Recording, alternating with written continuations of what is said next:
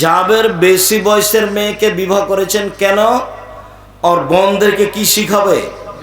বিদ্যা শিখাবে। এই জন্য মায়ের প্রথম কাজ ছেলে মেয়েকে বিদ্যা শিখানো।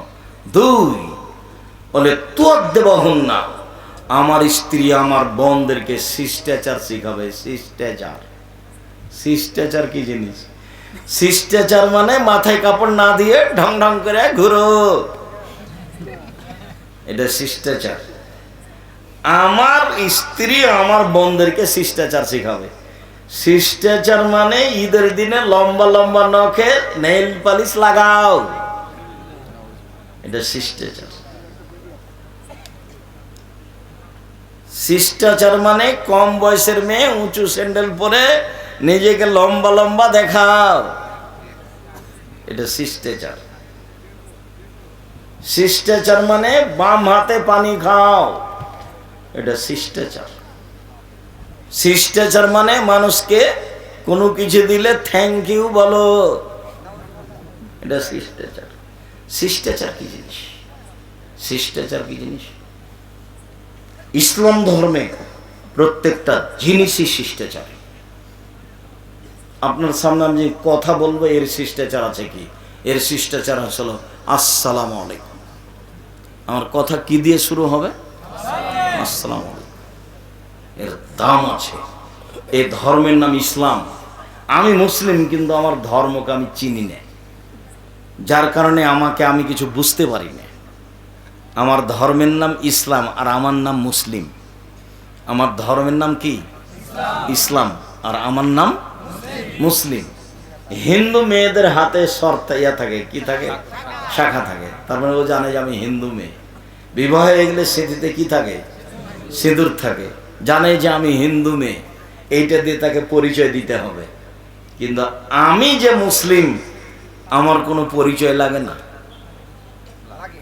পরিচয় লাগে, দেখা হলে সালাম দিতে হবে, হাসি মুখে কথা বলতে হবে, মেহমান আসলে খেতে দিতে হবে, মানুষের সুবিধা অসুবিধা জানতে হবে। এগুলো শিষ্টাচার।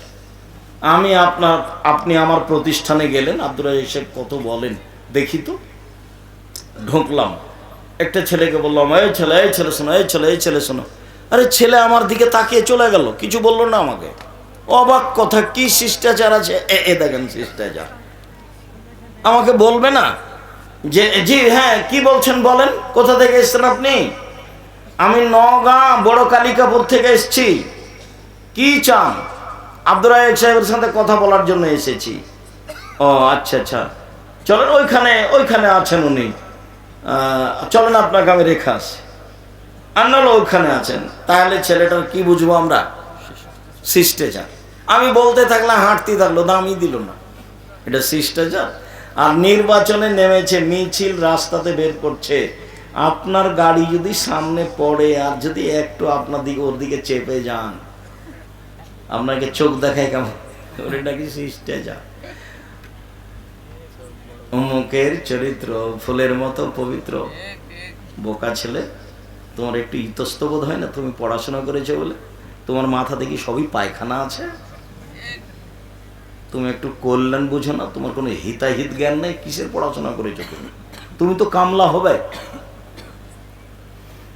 তুমি তো আব্দুল্লাহর বক্তব্য এই জন্য আমিও শুনি।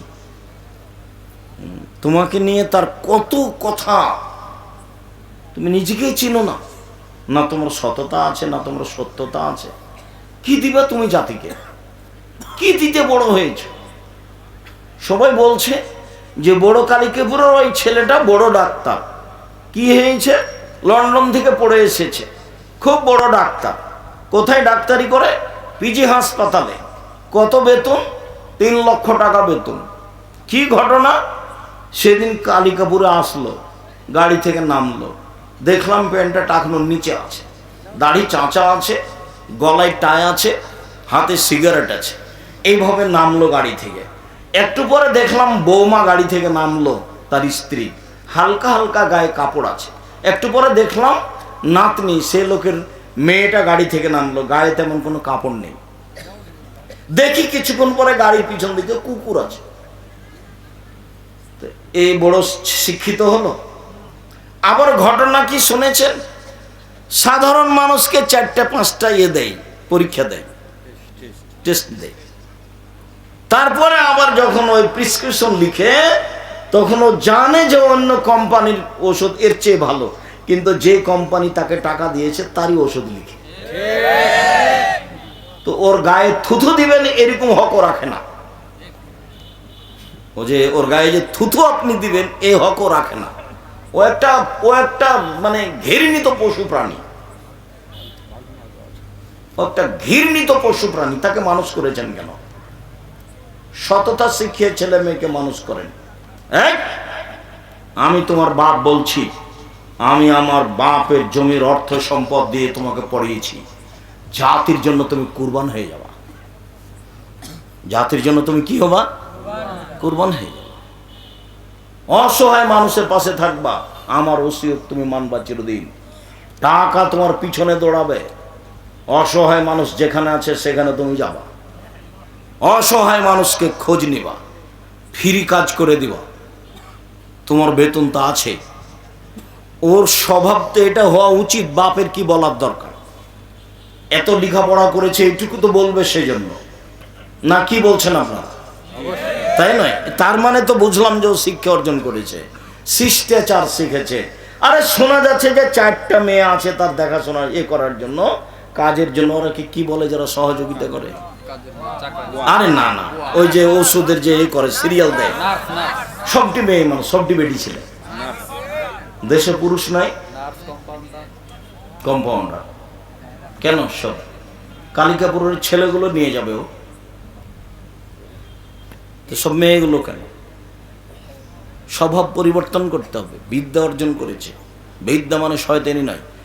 বিদ্যা শিখিয়ে দিল, শিষ্টাচার শিখিয়ে দিল। 3, আমার স্ত্রী যেন আমার বোনদের মাথার চুল চিরুনি করে দেয়, সাজগোজ করে রাখে। 4, আমার বোনদের উপরে পাহারা দিতে হবে। আমার স্ত্রী আমার বোনদের জন্য পাহারাদার। উপস্থিত বৈঠকের মুসলিম বোন, আপনি আপনার মেয়েটার পাহারাদার। আপনি কি পাহারা দিয়েছেন মেয়েটার? এই যে আপনার পাশে বসে আছে, দেখেন দেখেন দেখেন তো, ওই যে মেয়েটা আপনার মাথায় কাপড় নেই, আপনার পাশে আছে। নখগুলো দেখেন বড় বড় আছে,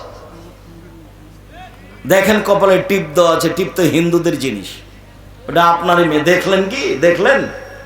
হ্যাঁ আব্দুল রাজ্জাক সাহেব দেখলাম, দুঃখিত।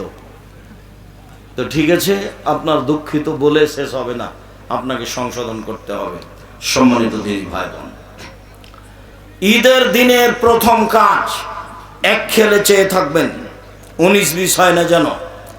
ঈদের দিনের প্রথম কাজ, আব্দুল্লাহ ইবনে উমর বলেন, ফরাজ রাসূলুল্লাহ সাল্লাল্লাহু আলাইহি সাল্লাম যাকাতুল ফিতরে সান মিন তামারিন ও সান মিন সাইর আলাল আবদে ওয়াল হুররে ওয়াস সাগিরে ওয়াল কাবিরে ওয়াজ যাকার ওয়াল উনসা আমারা বিহান তুআদ্দা ক্বাবলাল খুরুজ ইলাস সালাহ।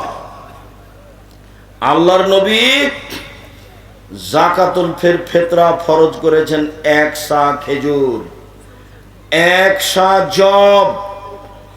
ছোট বড়, পুরুষ নারী, দাস দাসী, স্বাধীন, সবার উপরে। যে ভিক্ষা করে খায় তাকেও ফিতরা দিতে হবে, দিন মজুরকেও ফিতরা দিতে হবে। যে ভিক্ষা করে খায় তাকে আগে ভিক্ষা করে রেডি করতে হবে ফিতরা, নইলে গ্রামবাসী তার ফিতরাটা দিয়ে দিবে। পাল্টা ফকিরকে দেওয়ার সময় বেশি করে দিতে হবে, সবাকে দিতে হবে ফিতরা। ঈদের মাঠে যাওয়ার পূর্বে ফিতরা বের করতে হবে। এই স্বভাব আগে আপনার বাপ মা দাদা দাদির ছিল। ওরা ঈদের মাঠে যাওয়ার আগে কি করত? ফিতরা বের করে ঈদের মাঠে যেত। এটাই সুন্নাত, এটাই মূল কথা। যে ঈদের দিন প্রথম কি কাজ? ফিতরা বের করা। আব্দুর রাজ্জাক সাহেব, আমরা তো 15 রমজান থেকে ফিতরা বের করি, ওই জন্যই তো কথা। আজকে অতিরিক্ত 29 বা 30 রমজানে ফিতরা বের করা যায় আব্দুল্লাহ ইবনে উমরের বর্ণনায়। ঈদের দিনের 1 নাম্বার কাজ, সকালে উঠে ফিতরা বের করতে হবে। আরেকটা হাদিস বলি এইখানে, খুব খেয়াল করে থাকবেন, আমার দিকে চেয়ে থাকবেন। আর ছেলেরা আপনাদের সামনে আসলে 10টা টাকা ছাড়াও ফেরত দেবেন। হোক 10টা টাকা, 50 টাকা হোক, 500 টাকা হোক, 100 টাকা হোক। দানে টাকা বাড়ে, কমে না। অনেক হাদিস।